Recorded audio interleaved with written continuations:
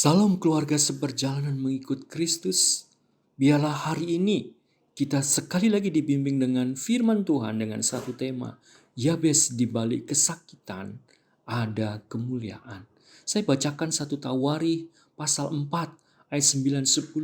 Berkata demikian firman Tuhan. Yabes lebih dimuliakan daripada saudara-saudaranya. Nama Yabes itu diberi ibunya kepadanya sebab katanya, aku telah melahirkan dia dengan kesakitan.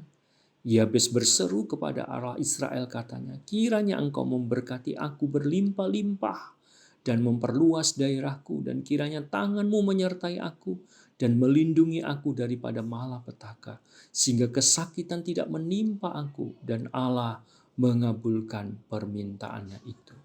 Jemaat dikasih Tuhan, penulis Tawarikh menyoroti salah satu keturunan Yehuda, Yabes, di mana ibunya melahirkan dengan perjuangan antara hidup dan mati, dan melahirkannya dengan selamat sekalipun melewatinya dengan penuh kesakitan.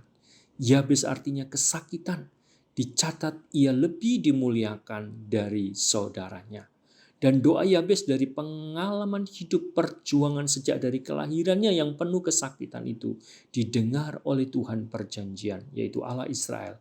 Isi doanya, kiranya engkau memberkati, kiranya engkau memperluas daerahku, kiranya engkau menyertai dan melindungi, dilepaskan dari malapetaka dan kesakitan.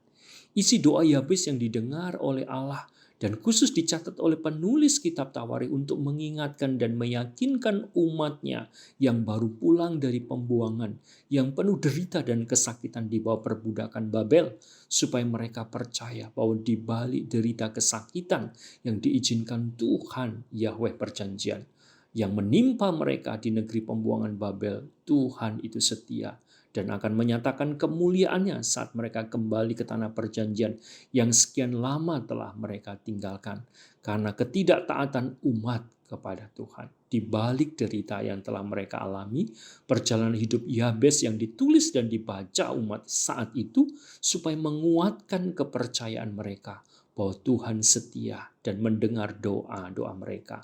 Sekaligus umat diyakinkan supaya mereka hanya berharap pada Tuhan, satu-satunya sumber berkat, perlindungan, sentosa, dan pemelihara saat mereka pulang dari pembuangan.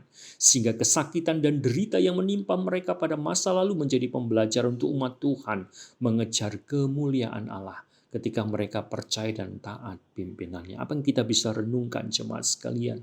Derita dan kesakitan apa yang Tuhan izinkan saat ini terjadi? Terlepas dari kelemahan dan kegagalan kita untuk setia dan taat kepada Tuhan. Namun agenda Tuhan yang memberi anugerah supaya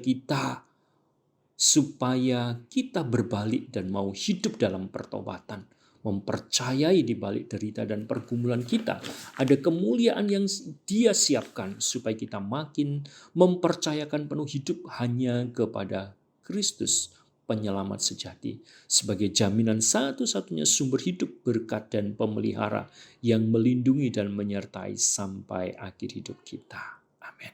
Mari kita berdoa. Ya Bapa di surga, anugerahi kami hati yang mempercayai di balik derita dan pergumulan kami. Engkau menyediakan kemuliaan, memberi anugerah untuk makin mengenal-Mu, bertobat, percaya dan taat kepadamu sebagai sumber hidup dan berkat kami. Amin.